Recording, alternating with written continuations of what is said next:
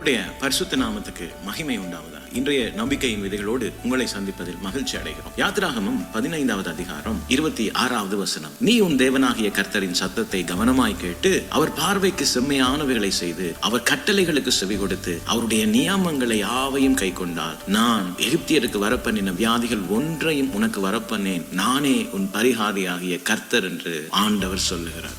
பிரியமானவர்களே, எபிரேய பதத்திலே ராஃபா என்று சொல்லப்படும் பொழுது குணமாக்குகிற அல்லது மருத்துவர் என்பதான ஒரு அர்த்தம் உண்டு.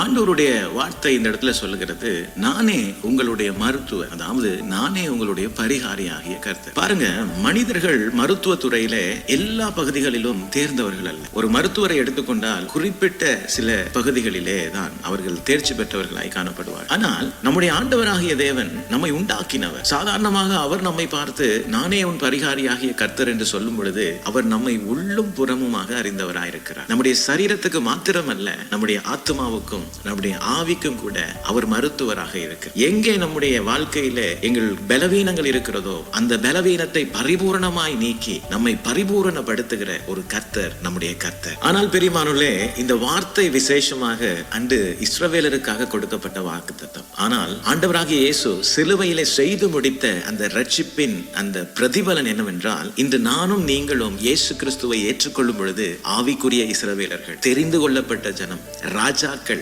ஆசாரியர்கள், லேவியர்கள், கர்த்தருடைய சொந்த ஜனம்.